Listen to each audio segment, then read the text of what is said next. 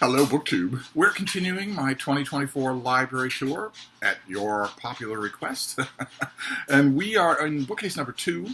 We have ascended through all the shelves, and we are now at the summit.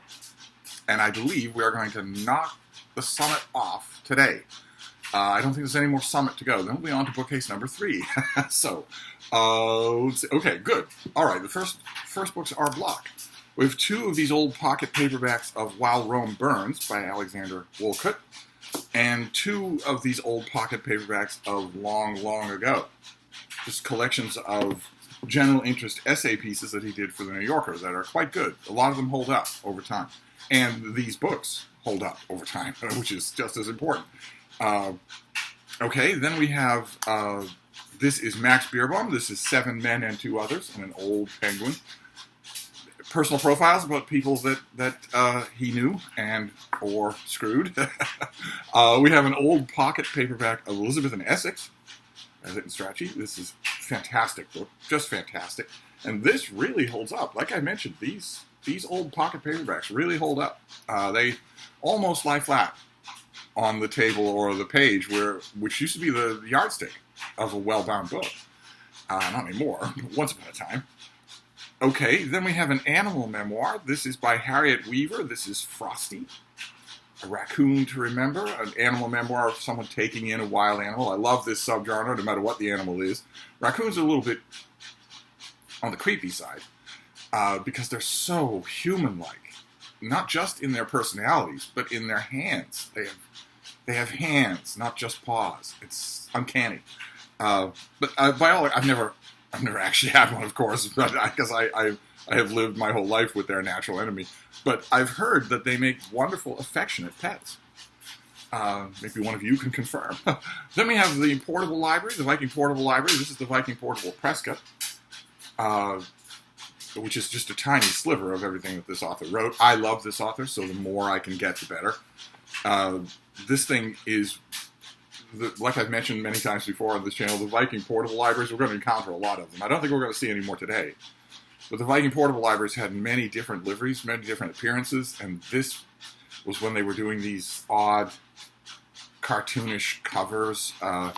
Doesn't ultimately matter. It's the books that matter. Although I want more of Prescott than what's in this volume. Okay, then we have Seamus Heaney selecting the poetry of W.B. Yeats. In a little green paperback that came to me somehow. This is Faber and Faber. No idea how this ever got to me, but I like it. I don't know why. A lot of these volumes, I'm trying to think why I would keep them. I want a lot of Yeats, not just a little. I want a lot of Prescott, not a little. I guess because they're here. Then we have a Penguin Classic. Now, this is egregious. This absolutely should not be here. I will put this separately. This needs to go somewhere else. This is the W. Hamilton translation of Plato's Symposium in the old Penguin Classic Mass Market paperback. So that needs to go with the Penguins. That's weird. We have A.C. Bradley, Oxford Lectures on Poetry. There's a brooding William Wordsworth on the cover there. This is a battered thing that has seen better days. This thing, I've gone through this so many times. Although I believe that Bradley's lectures on poetry are all available for free on Project Gutenberg. But this has a bit of Shakespeare, a bit of Keats, a bit of Wordsworth, a bit of the Romantics, and a couple of general purpose essays are in here. For the Sake of Poetry, I think, is in here. Actually, let's go to the table of contents and see. Yeah, Poetry for Poetry's Sake. Hegel, Wordsworth, Shelley, more Wordsworth, Keats, and then a bunch of Shakespeare stuff. And that's especially on point because Bradley wrote Shakespeare and Tragedy. It is a Penguin Classic and it's been read a million times. Everybody has a copy of it. But this is more of him, and he's a pretty good prose stylist. Okay, then we have History. Okay, this is the old Bantam. Years and years ago, 70 years ago, did a 4-volume set of Winston Churchill's History of the English-Speaking Peoples, which starts with the birth of Britain. They gave him all these covers. I wonder if they credited the cover artist, because it really is a neat set. No, they don't. But I wish I had all 4 of these. I only have this one, The Birth of Britain. I know that Churchill wasn't all that involved, but still, I love the prose style that resulted. No matter whose it is, I'm sure that he put the finishing prose style polish on it. I really enjoy it. It's not to be heavily relied on as history, but let's see here. Okay, then we have, this is an old work of reference, H.J. Rose's Handbook of Latin Literature. There's also a Handbook of Greek Literature. This just takes you through all of the Roman authors from the very beginning to, I don't even know when this stopped. I want to say Augustine, but I'm pretty sure this goes later than Augustine. Well, the titles don't tell me. We go through Trajan, and then to the final chapter is Christians and Pagans. That's probably St. Augustine. Okay, then we have this old Roosevelt edition of the Chronicles of America. I see a lot of these at the Brattle Bookshop. These are from over a century ago, and they're all like this. They're all, well, this is their first iteration. These little leather mass market sized hardcovers. They were also, look at that. Nice fold-out maps here. I don't see that in books anymore. These were all also reissued as a uniform sky blue, larger hardcover. This is actually leather-like, so it's flexible. And these were all issued. Every one of these, there were like 30 things in this line. They were all issued later on as normal hardcovers. This is Elizabethan Sea Dogs. Let me see if I can get the. Yes, there we go. I love these things. Elizabethan Sea Dogs is probably my favorite volume. I think that probably explains why it's the only one I have. I used to have a lot of them. They make for good reading. Again, if you're not putting a huge amount of weight on them as actual history, they make a really good reading. Okay, then we have a very dirty anthology volume. The Penguin Critical Anthologies. I think I've seen a few of these, but this one's on Charles Dickens. Who I got this because I like to read about Dickens more than I like to read Dickens, and I'm always hoping that something I read about him will change that. This is just a collection of essays. Most of them are so slavishly fanboyish about the fiction that they didn't do me much good. Oh, great. Okay, then we have Sally Carragher. This is One Day on Beetle Rock. This is natural history, popular natural history. This is little spot illustrations all throughout. They don't really reproduce all that well in a mass market paperback. But this is just popular natural history, where she takes a look, plunks down at one particular location or in one particular season of one particular region, and just writes about the natural history there, but so beautifully that you just want it to keep going. And this cover, am I right that the cover's by Darrell K. Sweet? The illustrations in here are by Henry Bugby King, which I'm pretty sure why I have this book. Oh no, you don't tell me at all. Look at that. I tell you, this particular illustrator always does more than is required. That is just incredible. But this doesn't tell me who did the cover illustration. The cover illustration is not Henry Bugby King.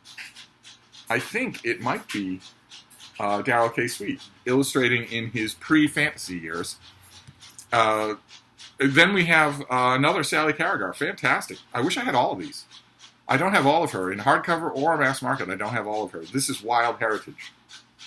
And this is the same thing. This will have lots of illustrations, in this case by Rachel Horn. There's some bats. This will have illustrations all throughout, and it'll just be Sally Carragher meditating on various kinds of animals. I think this concentrates on maybe North American megafauna, the remaining North American megafauna. Oh, great. Okay, then another paperback of That Quail, Robert, by Margaret Stanger. This is her lovely little book about, again, the sub genre here is adopting a wild animal and writing a book about it that then becomes a bestseller.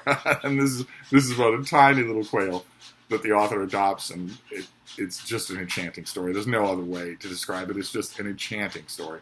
I get copies of this whenever I see it, because these little mass market paperbacks don't hold up. But I have a couple of hardcovers, so I guess I could stop doing that. Okay, then we have another. This is a Pelican book, The Literary Critics. So this is a collection of pre-modern literary critics. writing their literary theories and also writing about different authors. I'm sure that the bulk of what's covered in here will be the romantics, but there are lots of others too. I've gone through this a few times. These old Pelicans hold up well, but I've never read it from cover to cover. I should probably do that, since I am also a literary critic. Oh, great. All right. Then we have Louis Kronenberger. This is an edition of the Greville memoirs. This is called The Great World. I never see this thing anywhere. I never see the Greville memoirs. I'm sure that, actually, now that I think about it, I'm sure that the Greville memoirs are free on Project Gutenberg.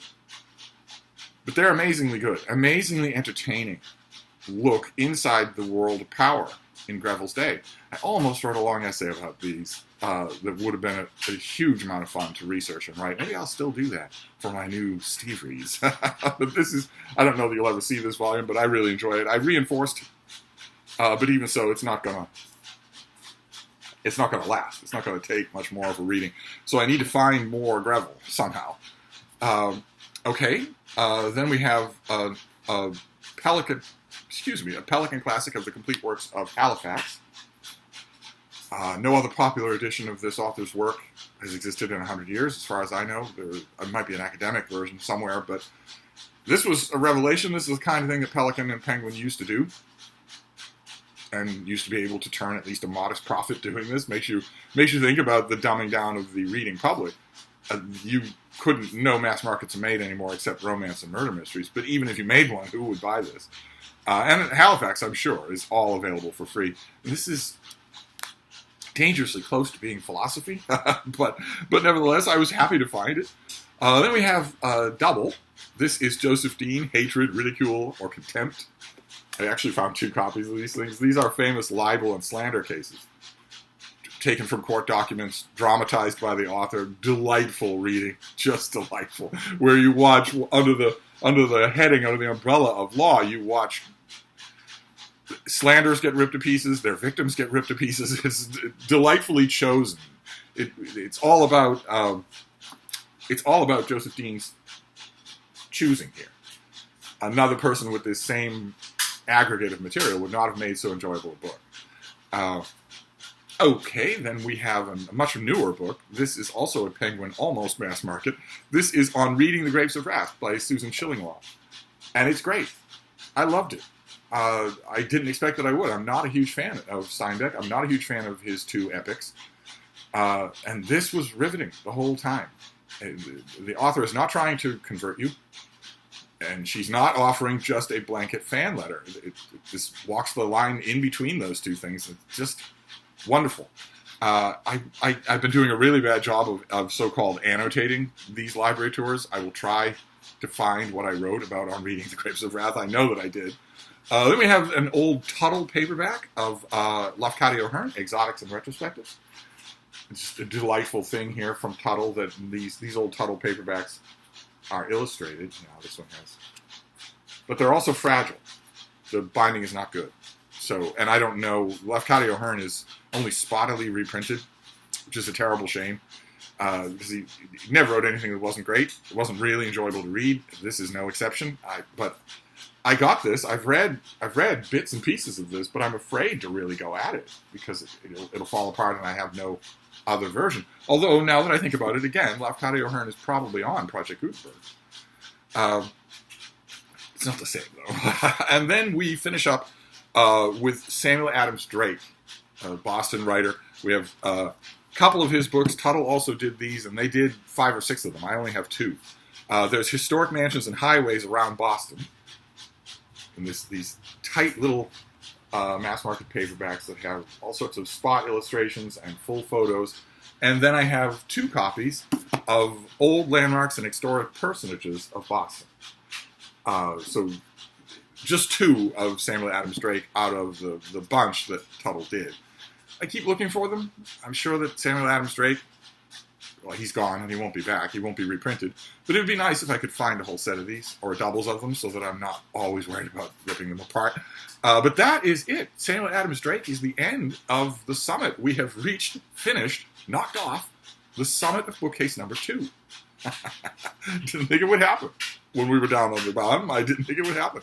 Now we're going to rest and then move on to bookcase number 3, where we will start at base camp and work our way up. Bookcase number 3 is exactly like bookcase number 2 in that we have a base camp and then shelves and shelves and more shelves, and then finally a summit, which is just piles of books. So it's exactly like that. I think that will be the last example of that we have in this library tour, but who knows how long bookcase number 3 will take. But we're done. We're 2 bookcases down now. Yay. Fantastic. So I'll wrap this up for now, and I will see you next time. Thank you, BookTube.